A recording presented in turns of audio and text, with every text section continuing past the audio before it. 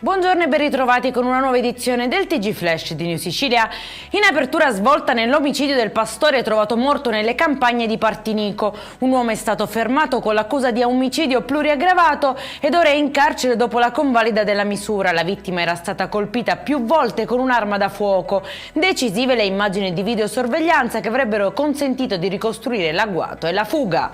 La procura di Gela annuncia un'inchiesta senza sconti sulla frana che ha colpito Niscemi. Al momento non ci sono indagati, ma il fascicolo non resterà a carico di ignoti. Gli accertamenti partiranno dai precedenti del 1997, passando da documenti, immagini satellitari e possibili omissioni. Accerteremo ogni responsabilità a qualsiasi livello, ha assicurato il procuratore Salvatore Vella.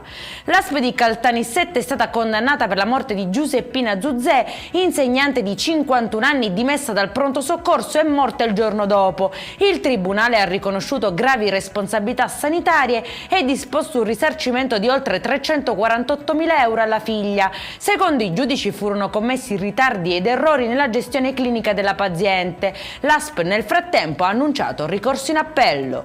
Oltre un quintale di novellame di sarda vietato alla commercializzazione e trasportato illegalmente è stato sequestrato al porto di Messina. Il pescato giudicato idoneo al consumo è stato donato in beneficenza, mentre per i responsabili scattano sanzioni per 11.500 euro.